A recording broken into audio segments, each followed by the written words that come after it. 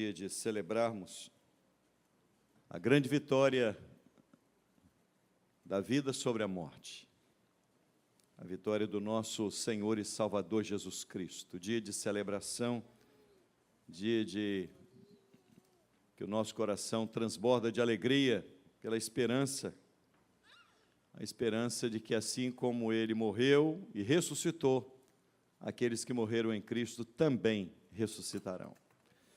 Pois bem, amados, abram a palavra de Deus, livro de Atos dos Apóstolos, conforme temos já conversado com a igreja. Abra no capítulo 2, por favor. Deixe sua Bíblia aberta. Feche seus olhos, por gentileza, vamos orar a Deus mais uma vez. Deus bondoso, Deus de amor, grande, tremendo, poderoso és Tu. Ninguém há semelhante a Ti, Senhor. E quem somos nós? Quem somos nós? Para nos aproximarmos ante a Tua presença. E se assim o fazemos, é unicamente pelos méritos do Teu Filho, pelos méritos de Cristo, pelo sangue inocente naquela amarga cruz derramado. É por isso que temos a ousadia, Senhor, de entrarmos e estarmos na Tua presença e vivermos diante de Ti, e sabermos que em todo o tempo a Tua mão está estendida, a Tua graça é o que não apenas nos salvou, mas a Tua graça também nos sustenta a cada dia.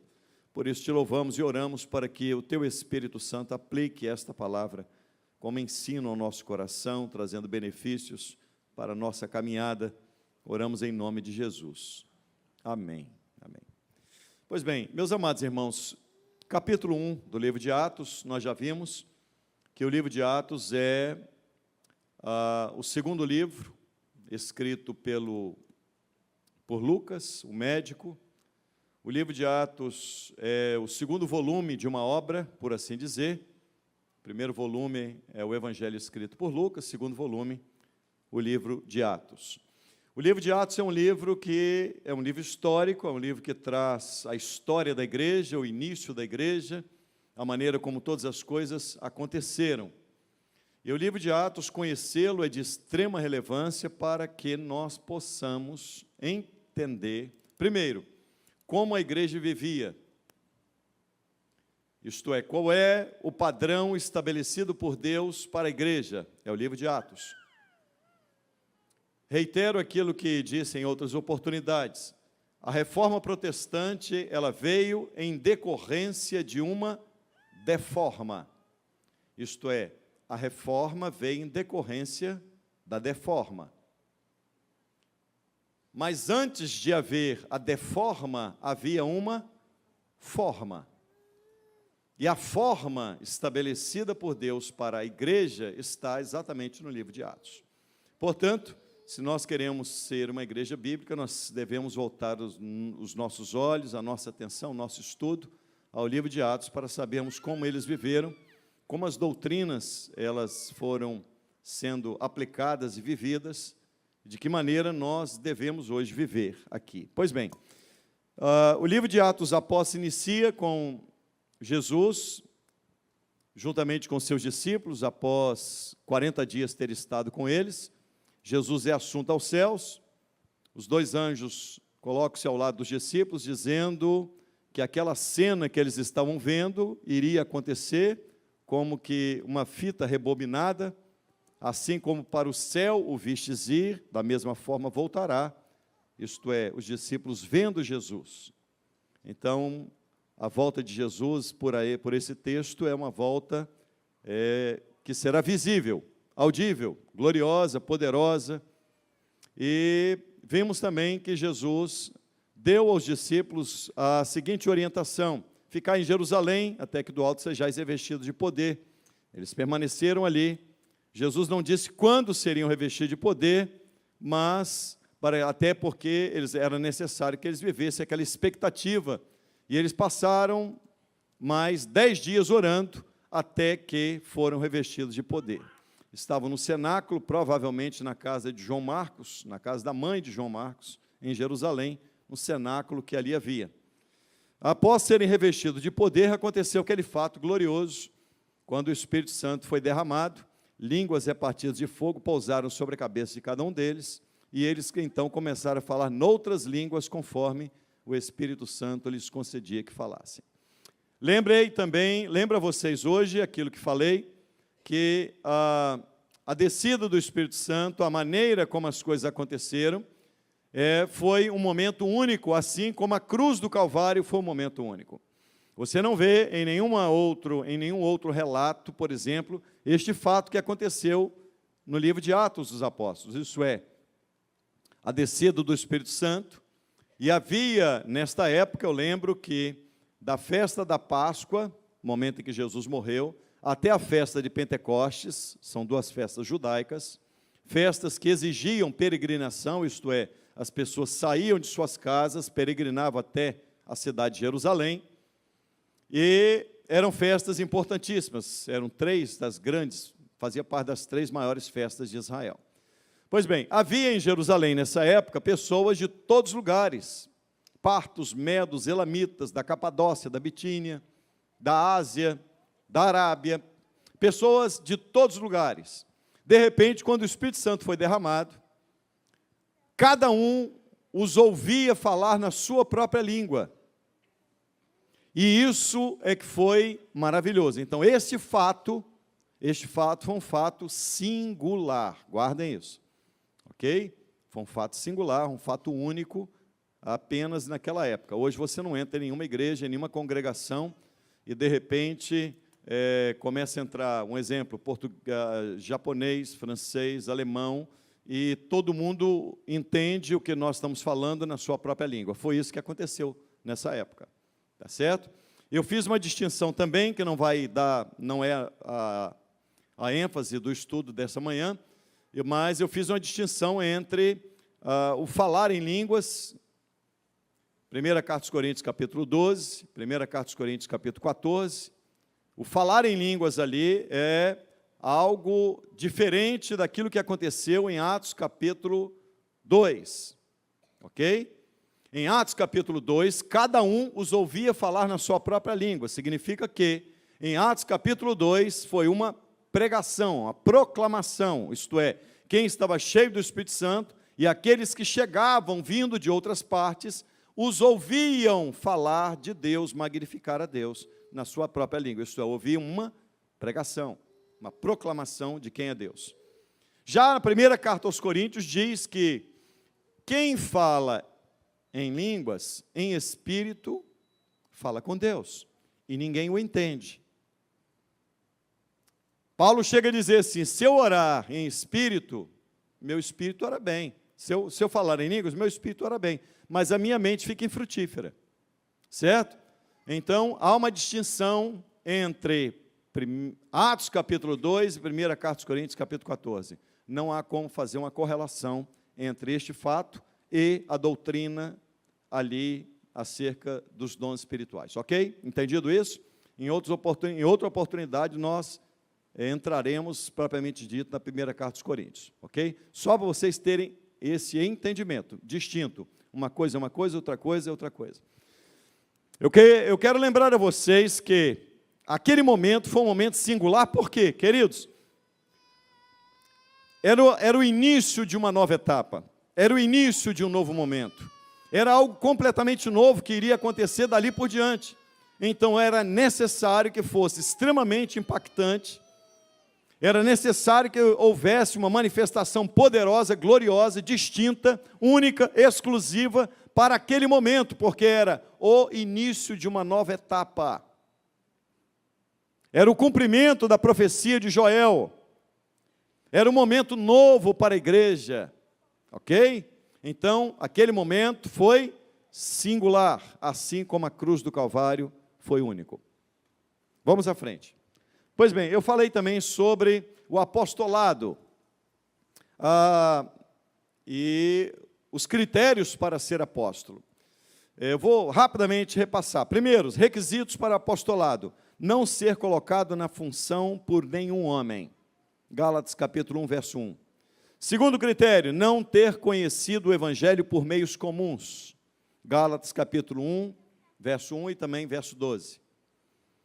Não se autonominar apóstolo, como acontece nos dias de hoje. Pessoas se autonominam apóstolos. Não foi assim. Romanos capítulo 1, verso 5 mostra que não foi assim. 2 Coríntios capítulo 11, verso 13. E Apocalipse 2, 12 também. 2, 2. Quarto tópico. Ser colocado por Deus em uma posição de desprezo, miséria e sofrimento. Isso era ser apóstolo. Isso pode ser comprovado em 1 Coríntios capítulo 9, verso 1 e 1 Coríntios 15, 8. Quinto tópico para ser apóstolo, ser testemunha ocular da ressurreição. Lembram-se que o apóstolo Paulo teve essa experiência no caminho de Damasco, testemunha ocular da ressurreição de Jesus Cristo. Jesus se revelou a ele dizendo, eu sou Jesus, a quem tu persegues. Sexto tópico, ser canal de revelação doutrinária inédita. Paulo foi o grande instrumento de Deus para trazer à luz doutrinas, para que a igreja pudesse vivê-las. Então, sétimo tópico, ser instrumento da realização de milagres. Lembra-se quando a sombra de Pedro, o lenço de Paulo, lembra-se? O que não pode acontecer nos dias de hoje é as pessoas de determinadas igrejas quererem imitar isso, vendendo lenço, vendendo essas coisas, e isso já é uma forma de tratar a fé, isto é, o comércio da fé, né? Os pregadores mercadejantes da fé, abusam daquilo que foi feito no passado e trazem para os seus dias como se apóstolos fossem e tais fatos ainda ocorressem, ok? Eles não são testemunhas oculares da ressurreição de Jesus, portanto, eles não são apóstolos. Outra coisa, ser missionário pioneiro. Vamos agora, batismo com o Espírito Santo, Atos capítulo 2, abra sua Bíblia, por gentileza, vamos acompanhar. Eu falei alguma coisa, agora nós vamos fazer a leitura passo a passo. Ao cumprir-se o dia de Pentecostes, estavam todos reunidos no mesmo lugar. Olha a beleza da coisa. Primeiro, essa frase já mostra que, ao cumprir-se o dia de Pentecostes, estavam todos reunidos. Faltou alguém naquele dia, irmão? Todos, primeira coisa, unidade. Estavam reunidos no mesmo lugar. Obediência. Jesus havia dito, permanecei em Jerusalém até que do alto sejais revestidos de poder. Não existe poder do Espírito Santo se não houver, primeiro, unidade na igreja, oração na igreja e obediência a Jesus. Sem isso, não há derramado do Espírito. Não há poder de Deus. Isso é a prática que deve ser estabelecida, foi isso que sucedeu. De repente, veio do céu um som como de um vento impetuoso, encheu toda a casa que estavam sentados, apareceram línguas distribuídas entre eles, línguas de fogo, e pousou sobre a cabeça de cada um deles. Todos ficaram cheios do Espírito Santo e passaram a falar noutras línguas, segundo o Espírito Santo lhes concedia que falassem. Ora, estavam habitando em Jerusalém judeus, homens piedosos, vindos de todas as nações, debaixo do céu.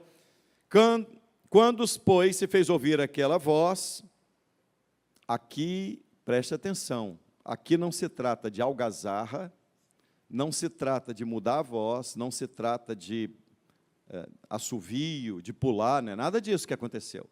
Ninguém estava lá rolando pelo chão, gritando, mudando a voz, né? Não tem nada a ver com aquilo que acontece hoje no meio pentecostal. Nada, absolutamente nada.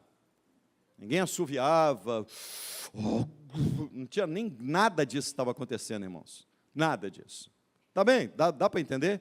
A palavra aqui no original não está ligada à algazarra, não está ligada à falta de ordem, nada disso. A palavra aqui, voz, voz aqui, ecos, havia um eco, algo extraordinário.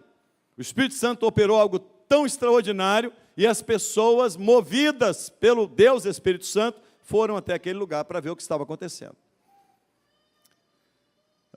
Quando se fez ouvir aquela voz, afluiu uma multidão que se possuiu, olha de que maneira eles agiram, de perplexidade. Primeiro, eles ficaram perplexos pelo fato que estava acontecendo, cada um os ouvia falar na sua própria língua. Porquanto, cada um de nós os ouvia falar na sua própria língua. Estavam, pois, atônitos e admirados. E diziam: vede, não são porventura galileus todos esses que aí estão falando? E como os ouvimos falar, cada um na nossa própria língua materna? Somos partos, medos, elamitas, naturais da Mesopotâmia, Judeia, Capadócia, Ponto e Ásia, da Frígia, da Panfilha, do Egito e das regiões da Líbia, nas mediações de Cirene, romanos, que aqui residem, tanto judeus como prosélitos, cretenses e arábios. Tinha gente de toda parte do mundo ali. Por isso eu reitero, o que aconteceu ali foi um fato único. Único. Eles falavam em línguas e cada um os ouvia na sua língua materna, o que eles estavam falando. Está dando para entender até aqui? Deu? Se não, pode falar que a gente pode explicar. Verso 12. Todos atônitos e perplexos interpelavam uns aos outros. O que quer dizer isso? Aquela manifestação foi tão gloriosa que um dizia para o outro: o que está acontecendo? Eu os ouço falar na minha língua. O outro diz assim: pois é, mas eu não falo a tua língua e eu estou ouvindo falar na minha língua materna.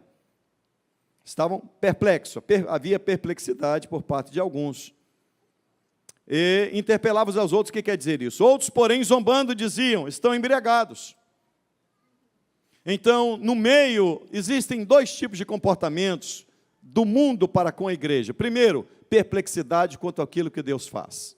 Segundo, crítica quanto àquilo que está acontecendo no meio da igreja. Foi isso que aconteceu. Um grupo estava perplexo, atônito, admirado, e outro grupo criticavam dizendo: estão cheios de mosto. Isso acontece também nos dias de hoje. As pessoas, quando olham para a igreja, uns ficam maravilhados, quando eles vêm ao culto, às vezes, eles dizem: Deus falou comigo, eu senti a presença de Deus. Admirados, perplexos, por aquilo que o Espírito Santo faz. E outros criticam dizendo: estão cheios de mosto. Isso aí é um bando de louco. Exatamente como sucede nos dias de hoje. Agora, vamos ao discurso de Pedro.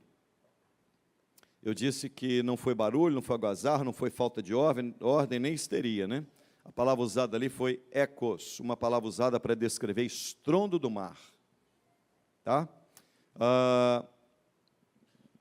Multidão perplexa, reação aos milagres. Agora, isso é que é importante. Guardem bem. Milagre, muita gente gosta de milagre, né? É muito interessante o que acontece nos dias de hoje, porque determinadas igrejas marcam o dia do milagre. É como se Deus tivesse outorgado o direito a alguém aqui na terra de dizer o seguinte: marca o dia aí, e eu venho e obedeço o que você marcar. Então, dia tal é o dia da porta aberta. Dia tal é o dia do sal grosso, dia tal é o dia da cura, da libertação. Irmão, ninguém tem a agenda de Deus. Ele faz o que quer, quando quer, e Ele não dá satisfação a ninguém daquilo que Ele vai fazer. Amém, irmãos? Então, esse negócio de marcar dia para Deus operar é subjugar um Deus que é soberano à vontade do homem. Isso não existe. Um outro aspecto importante é: o milagre pode atrair multidões? Sim ou não? Sim. Sim ou não? Sim. Mas o milagre é capaz de tocar e transformar corações? Não. Milagres apenas atraem, mas não transformam ninguém. O milagre pode até abrir a porta para o evangelho, mas o milagre não é o evangelho. O que transforma o homem não é o milagre. Se eu tivesse visto esse milagre, se meu parente visse esse milagre, eu acho que ele se converteria. Não, absolutamente, 1000 vezes não. Milagres não convertem ninguém. O que converte o homem é o evangelho, é o poder da palavra de Deus. Pois bem, Pedro se levantou primeiro para pregar uma mensagem bíblica, guardem isso. Pedro esclarece o fenômeno dizendo: não estamos embriagados, sendo esta a terceira hora do dia, isto é, 9 horas da manhã.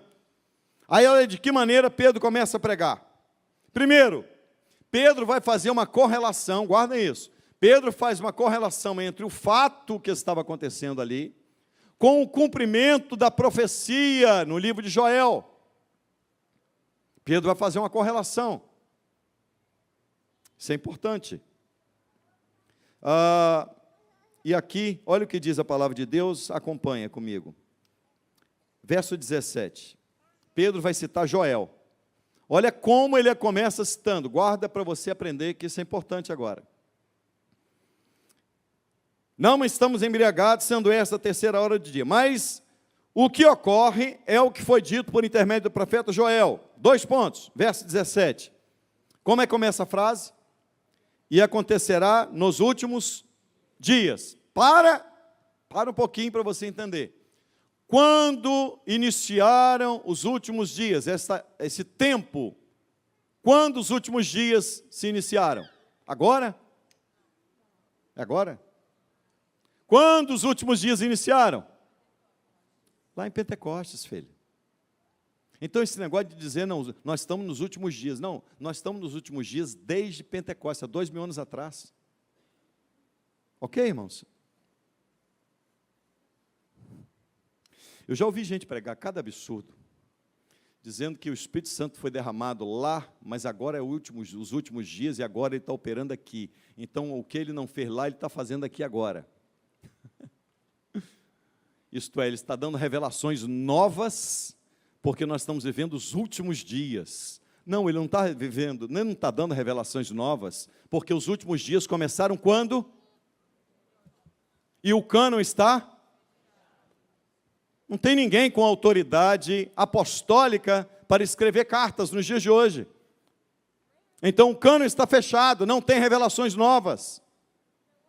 Amém, irmãos? Deus está dando revelações novas, isso é próprio de seita. A seita sempre prende o homem a determinados pontos. Não é o nosso assunto. Os últimos dias começaram quando? Pentecostes. Está entendido? Tá. Então nós, desde o Pentecostes, nós estamos vivendo um período chamado últimos dias. Lembrando que para Deus um dia é como? E 1000 anos é como? Amém.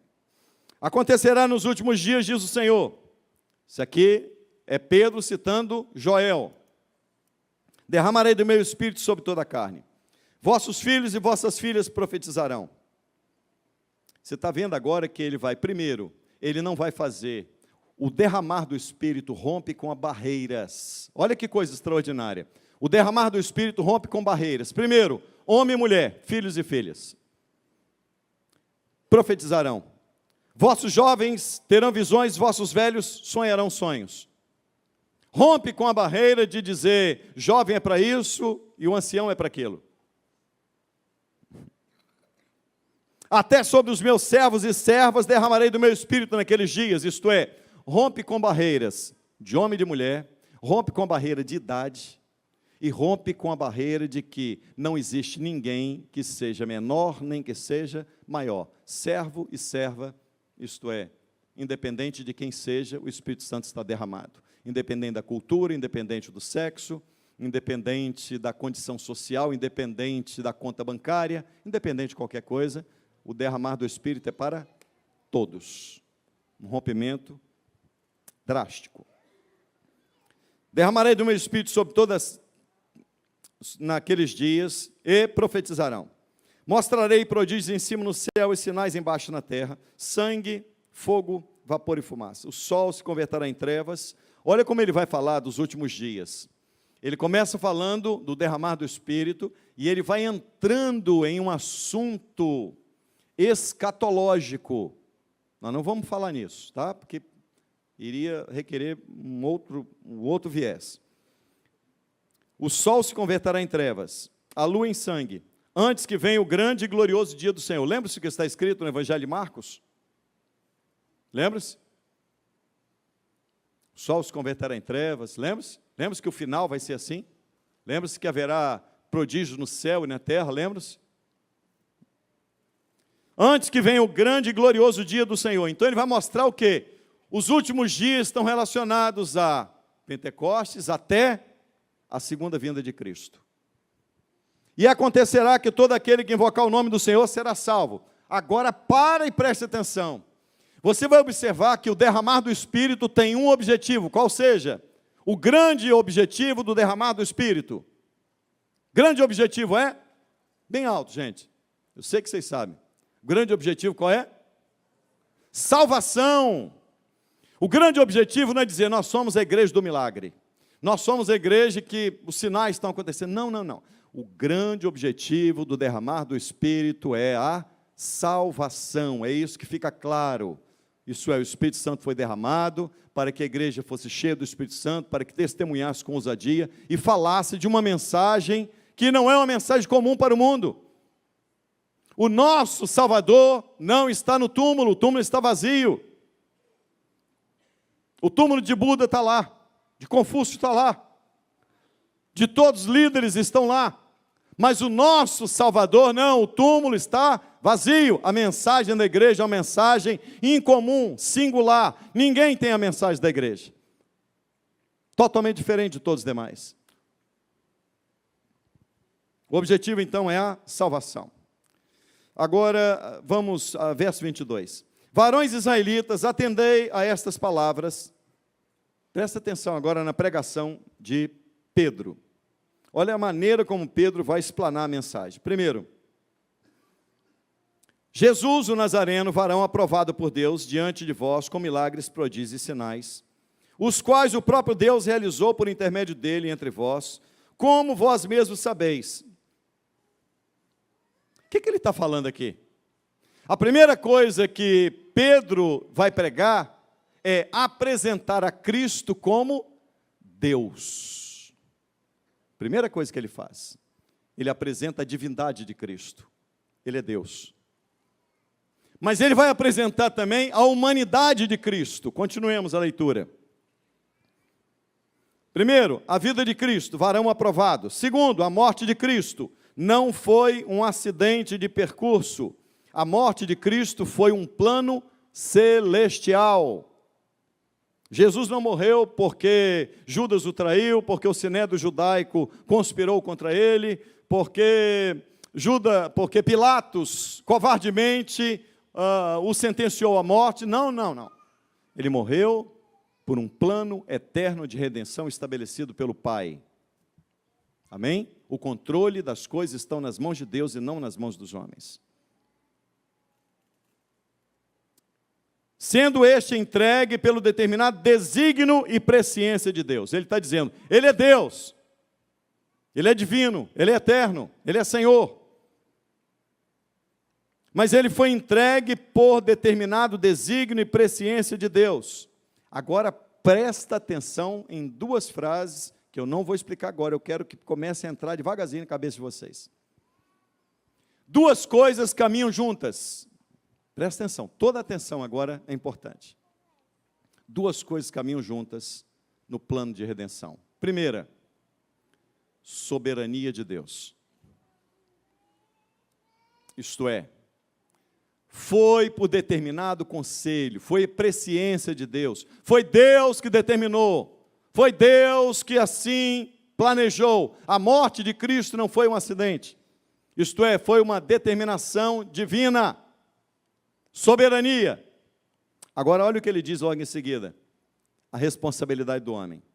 Vós o matastes, crucificando-o por mãos de iníquos. Duas coisas caminham juntas, soberania de Deus e responsabilidade humana. Eu vou só levantar essa questão para vocês começarem a assimilar devagarzinho, tá? Para todo mundo entender. Mas como pode, se foi Deus que determinou? Como pode, logo em seguida, ele dizer, Deus determinou assim, que o filho dele viria e morreria. E logo em seguida ele diz, vós o matastes. Se Deus determinou, é soberania.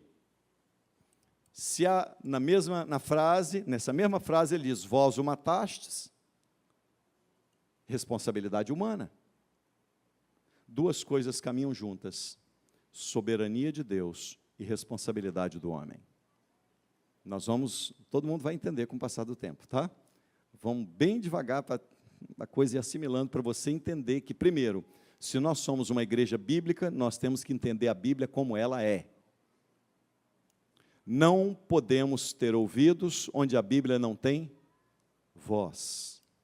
Isto é, eu não posso conjecturar em cima daquilo que não está escrito. Vou falar algo que tenho falado algumas vezes. A Bíblia é mais ou menos, não é nem eu conversando com Alice. A Bíblia é como se fosse eu conversando com a Antonella. Assim, gagá, gugu. Mais nada. O que Deus nos permite conhecer da Bíblia? Só um pouquinho. De quem Ele é, do plano de redenção, mas esse pouquinho é o suficiente para você compreender. Nada além. A sua mente e a minha mente não tem como compreender um Deus que é eterno. A Bíblia diz, quem foi o seu conselheiro? Quem deu primeiro a Ele? Quem o instruiu? Então, não tente compreender a mente de alguém que é eterno. Deus está tratando conosco dentro da nossa limitação, dizendo assim, conhece isso aqui, que isso é suficiente para a sua salvação. Ponto final. Mas como é que se dá, pastor? Soberania e responsabilidade humana. Se é soberania, se foi Deus que determinou que Jesus morresse, então por que Pedro diz, vós o matastes? Não foi soberania ou é responsabilidade humana? As duas coisas. Isso vai entrar aos pouquinhos, eu tenho certeza que no final vai estar todo mundo entendendo perfeitamente isso. Deu para entender isso? Soberania de Deus e responsabilidade do homem caminham juntas? Não há divergência nisso. Amém, irmãos? Amém? Vamos só no texto, depois a gente parte para compreender a doutrina propriamente dita. Diz a palavra de Deus, vós o mataste, crucificando por mãos de iníquos, a qual, porém, Deus ressuscitou, isto é, a ressurreição de Cristo, é a grande mensagem da igreja. Nós não adoramos um Cristo que foi vencido, nós adoramos um Cristo vencedor. Nós não adoramos um Cristo que ficou na sepultura. O nosso Salvador está vivo, Ele reina, Ele está no meio da igreja. Lembre-se o livro do Apocalipse? Ele anda no meio dos 7 castiçais, isto é, Ele está no meio da igreja, Ele está presente com a igreja, Ele ressuscitou, Ele venceu a morte. Esse é o nosso Deus. Deus o ressuscitou, rompendo os grilhões da morte, porquanto não era possível, fosse Ele retido por ela. Que coisa extraordinária. Ele está dizendo, a morte não poderia deter aquele que é o príncipe da vida, o dono de todas as coisas. A própria vida, a morte não poderia vencê-lo, a morte não poderia detê-lo. E aí o livro do Apocalipse diz assim, Ele arrancou a chave da morte. Ele não apenas venceu a morte, Ele arrancou a chave dela. A chave da morte é a chave do inferno, e assentou-se no trono, soberana e gloriosamente. Isso significa que tudo está nas mãos dEle. A chave da morte está aqui, na mão dEle. Ninguém vai antes do tempo, não precisa desesperar. Você não vai antes da hora, porque a chave está aqui. Mas na hora que chegar, nós vamos. Quando nós vamos partir? Quando quem tem a chave abrir a porta e dizer assim, vem ter comigo. Chegou a sua hora, vem. Não tem gente assim? O jeito às vezes passa aí um mês, 60 dias na UTI, morre, não morre, está em coma. Daqui a um pouco levanta. Porque o Todo-Poderoso que tem a chave da morte é Ele, não é o médico. O médico pode ter dito, acabou, não tem mais jeito, pode trazer as roupas para botar no caixão do defunto. Na hora que o Todo-Poderoso disser, não vem agora, eu não vou abrir a porta da morte agora.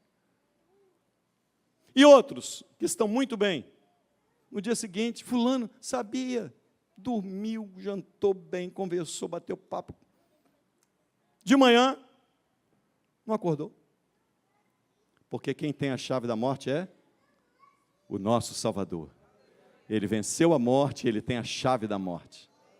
Ele matou a morte. A morte morreu com a morte de Cristo. Cristo matou a morte, Cristo venceu a morte. E é por isso que nós temos essa esperança. rompendo os grilhões da morte, porquanto não era possível fosse retido por ela. Porque a respeito dele diz Davi, esse aqui é o Salmo 16, do verso 8 ao verso 11, olha como é que Pedro vai pregar, mostrando que Cristo está em toda a Bíblia. Primeiro, a mensagem de Pedro é uma mensagem cristocêntrica. O centro da mensagem é Cristo. E ele vai mostrar que Cristo está no centro de tudo. Esse é o Salmo 16, do verso 8 ao verso 11, Pedro vai citar. Diante de mim envia sempre o Senhor, porque está à minha direita, para que eu não seja abalado. Por isso se alegrou o meu coração e a minha língua exultou. Além disso também a minha própria carne repousará em esperança, porque não deixará minha alma na morte, nem permitirá que o teu santo veja a corrupção. Fizeste conhecer os caminhos da vida, encher-me-ás de alegria na tua presença. Ele vai pontuar, ele vai mostrar. Olha, que tipo de mensagem devemos pregar, irmãos? Primeiro, uma mensagem expositiva. Uma mensagem que tenha Cristo como centro. O objetivo da mensagem não é demonstrar poder do pregador. O objetivo da mensagem é explanar, expor as Sagradas Escrituras. Apenas isso. E a mensagem tem que ser cristocêntrica, ele é o centro. A exaltação de Cristo, o senhorio de Cristo, tudo isso ele vai apontar aqui. Eu lembro a vocês, João capítulo 16, verso 13 e 14, qual é a função do Espírito Santo, que eu já disse? O Espírito Santo é o quê? O holofote que ilumina e que aponta para a cruz. É isso que o Espírito Santo faz.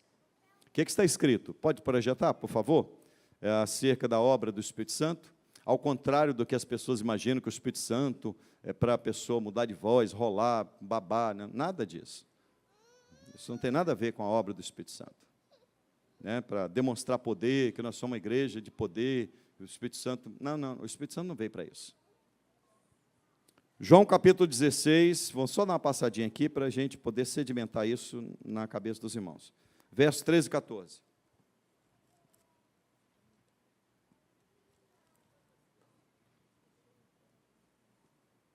João 16, versos 13 e 14, diz assim, obra do Espírito Santo. Vejamos.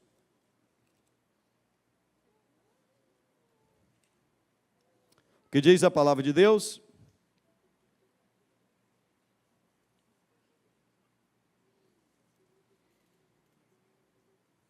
Quando, porém, vier o Espírito da verdade, ele vos guiará em toda a verdade. Porque não falará de si mesmo, isto é, ele não fala dele, ele fala de quem? De Cristo. Mas dirá tudo o que tiver ouvido e vos anunciará as coisas que hão de vir. Ele me glorificará. Olha Cristo dizendo, ele vai me glorificar, isso é, ele vai apontar para mim. Porque há de receber do que é meu e vou-lo há de anunciar. Isso é, ele vai anunciar a vocês aquilo que é meu. Tudo quanto o Pai tem é meu. Por isso é que eu vos disse que há de receber do que é meu e vou-lo há de anunciar. Então Cristo anuncia o que é, o Espírito Santo anuncia o que é de Cristo, apenas isso. Essa é a grande obra do Espírito Santo. Pois bem, agora vamos falar alguma coisinha sobre a pregação de Pedro. Vamos parar um pouquinho. Primeiro, a pregação de Pedro explodiu como uma dinamite no coração deles. Se você acompanhar, logo no verso...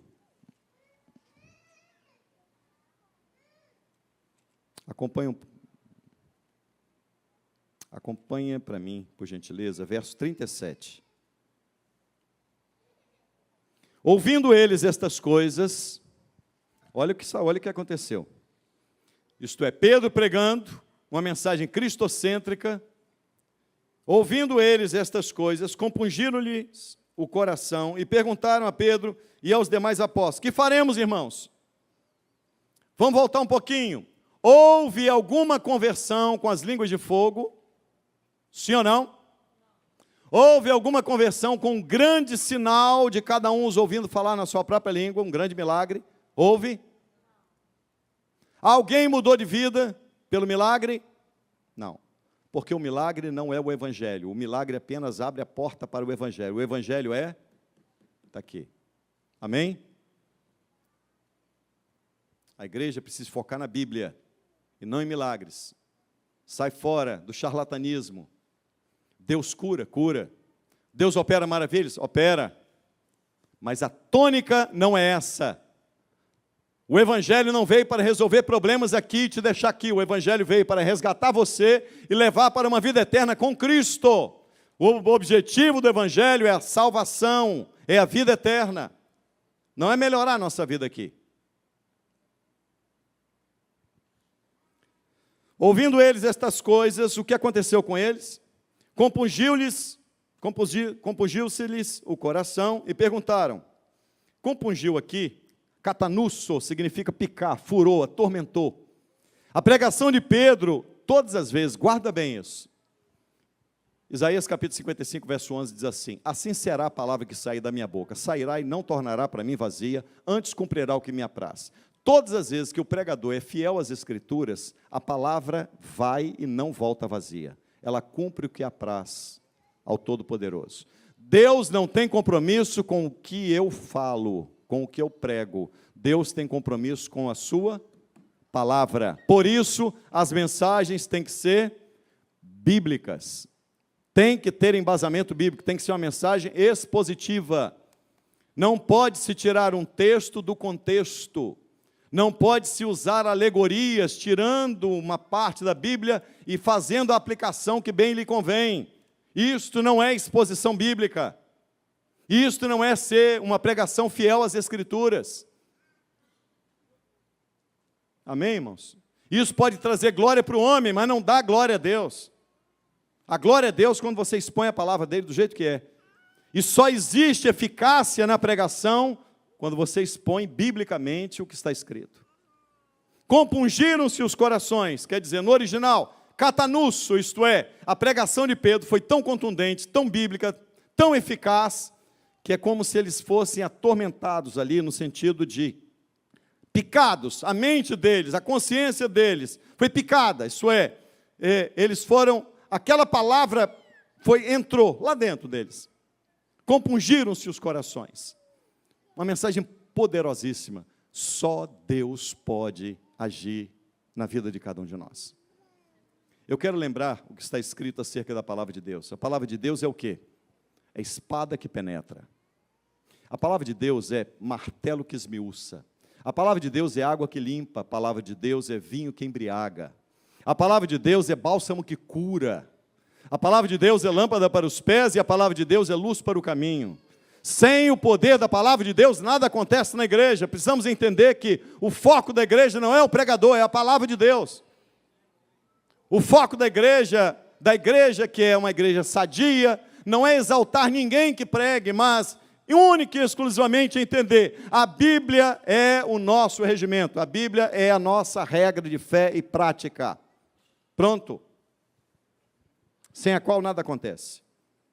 O resultado da pregação, eles não apenas nasceram da graça, mas eles cresceram na graça. A igreja cheia do Espírito Santo, isso eu quero encerrar com essa palavra. Que horas? Vamos encerrando. A igreja cheia do Espírito Santo. A vida de Atos dos Apóstolos, guarda bem isso. A igreja do primeiro século, ela conjugava duas coisas. Doutrina, embasamento bíblico e vida. Ela conjugava o credo à conduta. Conjugava a palavra ao poder. E a quantidade à qualidade. Hoje há muitas igrejas preocupadas em quantidade. E eu quero deixar uma frase para vocês. Quantidade de membros é resultado da qualidade dos membros. Quanto mais os membros tiverem qualidade no sentido de sermos uma igreja bíblica, mais Deus vai acrescentar à igreja aqueles que hão de salvar. Amém? Esse texto é maravilhoso, porque eu vou deixar mais um detalhe. Deus acrescenta aqueles que hão de salvar. Porque a eleição é... Deus te elegeu quando? Quando, irmão, Deus te elegeu? Antes da fundação do mundo. Encerrando, Uma igreja cheia do Espírito Santo é uma igreja comprometida com a palavra de Deus. Atos 2:42. Uma igreja cheia do Espírito Santo é uma igreja comprometida com a palavra de Deus. Aqui está o padrão. Querem ver o padrão do que é ser igreja? Atos 2:42. Perseveravam na doutrina dos apóstolos, na comunhão, no partir do pão, nas orações. Isso é uma igreja comprometida com a palavra de Deus. Perseverar na doutrina não pode ser mudada, não pode ser inventada, não pode se trazer novidades, tem que perseverar na doutrina apostólica. Na comunhão, isto é, igreja precisa se reunir. Eu não posso fazer parte da igreja virtual, estou em casa. Não, tem que reunir, tem que ter comunhão. É a comunhão dos santos. No partir do pão, tem que ter convivência. Por isso que existem as células, para convivência. Não é apenas para você estudar, não, é para você conviver como irmão. No partir do pão e nas orações. Então, uma igreja cheia do Espírito Santo é comprometida com a palavra de Deus, é uma igreja que persevera na oração, é uma igreja que tem comunhão uns com os outros, e comunhão com Deus, é uma igreja que, Atos 2:47, adora a Deus com entusiasmo, olha o que diz a palavra de Deus, louvando a Deus e caindo na simpatia de todo o povo. Sabe quando você entra na igreja e o povo está louvando a Deus com entusiasmo, com alegria, com o coração liberto? Isso faz o quê? Isso é um grande sinal. Adorar a Deus com entusiasmo. Outra coisa, experimenta milagres. E tem a simpatia e o crescimento do povo, a simpatia de todo o povo. Enquanto isso, acrescentava-lhes o Senhor, dia a dia, os que iam sendo salvos. Amém? Nós vamos encerrar dizendo uma coisa. Cuidados. Quais cuidados devemos ter? Com a numerolatria, isto é, a idolatria aos números. Cuidado com a numerolatria. Exclui isso. Mas também não devemos ter numerofobia. Não, então deixa para lá. Não, nem uma coisa nem outra. Nem uma coisa nem outra. Quero mostrar para vocês uma coisa. A igreja começou com quantos membros? Quantos estavam reunidos lá no cenáculo? Aproximados? 120 pessoas. A primeira pregação de Pedro, quantos se converteram? 3.000. A segunda pregação de Pedro, Atos 4:4, 5.000. Uma multidão foi agregada à igreja, Atos 5:14. Número dos discípulos multiplicando, Atos 6:7. A igreja se expande para Judéia, Galiléia e Samaria, Atos 9:31. E igrejas estabelecidas no mundo inteiro, Atos 16:5. Eu quero encerrar dizendo que o livro de Atos destaca a soberania de Deus na história e a redenção. Exemplos, o sofrimento e a ressurreição de Cristo foram planejados de antemão, lá no Antigo Testamento. Então, Deus designou pessoas para a vida eterna. Você pode abrir só esse texto, só para completar a soberania e só para deixar você com a mente bem, você desejar estudar mais, né, se você procurar entender. Atos 13:48, é isso.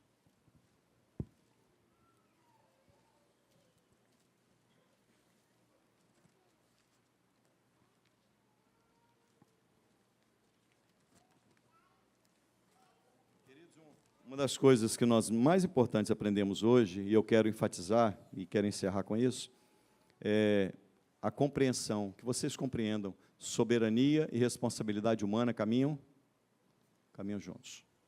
Mas como é que é isso, pastor? Se foi Deus que determinou, por quê? Se Deus criou o vaso para desonra, como é que ele poderia ser um vaso para honra? Calma que nós vamos explicar, quando a gente chegar em Romanos, tá? Atos 13, verso 48, só para vocês estudarem um pouquinho mais.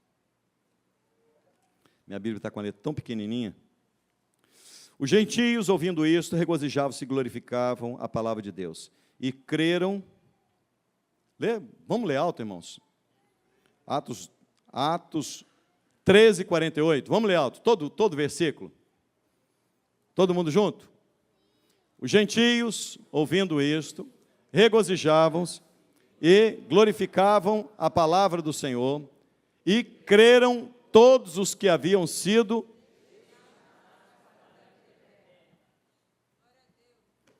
E aí?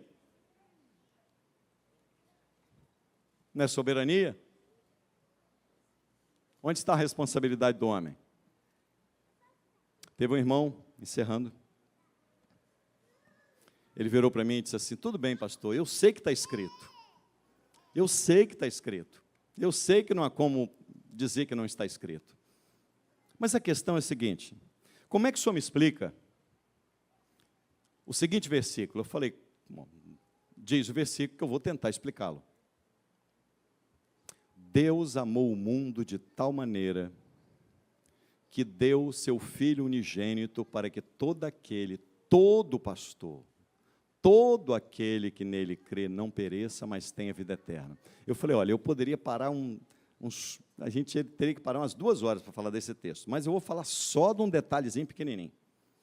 Deus amou o mundo de tal maneira que deu o seu Filho unigênito para que todo aquele que nele não pereça, mas tenha. Todo aquele que nele. Vou repetir, todo aquele que nele. Efésios capítulo 2, verso 8 diz o quê? Pela graça sois, por meio da. Isso, a fé, é o quê? Então você só pode crer se Deus te der o.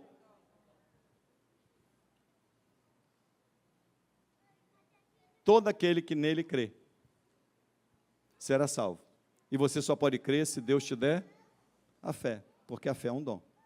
Então quer dizer que se Deus não plantar a fé no meu coração, eu não vou crer? Não. Efésios 2, capítulo 2, verso 8 e 9 diz: pela graça sois salvos por meio da fé. Isso não vem de vós, essa fé não vem de você. É dom de Deus, é uma dádiva, é um presente de Deus. Amém, irmãos? Você só pode crer se Deus te der fé. Aprenda uma coisa, o homem tem a natureza completamente corrompida. E é impossível, qualquer um de nós, optar por Deus. Não fostes vós que escolhestes a mim, mas eu vos escolhi a vós, para que vades e deis fruto, e o vosso fruto permaneça. Não foi você que o escolheu, foi Ele que te escolheu. Não foi você que o elegeu, foi Ele que te elegeu antes da fundação do mundo. Antes de criar, Ele disse, vou tratar com fulano de tal, vou salvá-lo, vou trazê-lo. Amém? Vamos ficar em pé, vamos glorificar? Aí tem gente que começa a conjecturar, para com isso, mas tira o mais. Fique com o que está escrito, irmão, e ponto final. Sabe qual é o grande problema das pessoas? É que elas acham que Deus é igual a elas. É isso. Sabe por que você não entende o plano de redenção? Porque você acha que Deus é você. Aí você diz assim, fui com a cara do Diego. Diego, você vem para cá. Não gosto de André, não. André, para lá. Isso é coisa de gente. Sabe quem é o nosso Deus? O caráter dele é perfeito. O nosso Deus é um Deus santo, é um Deus bom, é um Deus justo, é um Deus amoroso, misericordioso. Como se dá soberania e para e passo a soberania, a responsabilidade humana, isso é da economia de Deus. Agora você pode ter certeza, o seu Deus é santo, é justo, é bom, é misericordioso, é amoroso, e Ele tudo faz para que o nome dEle seja glorificado. Amém, irmãos? O caráter de Deus nos faz descansar. Ponto, só isso. Se fosse o nosso caráter, a gente podia estar desconfiado, mas é o caráter de alguém que é santo e perfeito. Deus eterno, continua conosco, ajuda-nos a entendermos a Tua palavra, compreendemos, abre o nosso entendimento, para que o Teu Espírito habite em nós abundantemente, para que o Teu reino avance em nome de Jesus. Amém.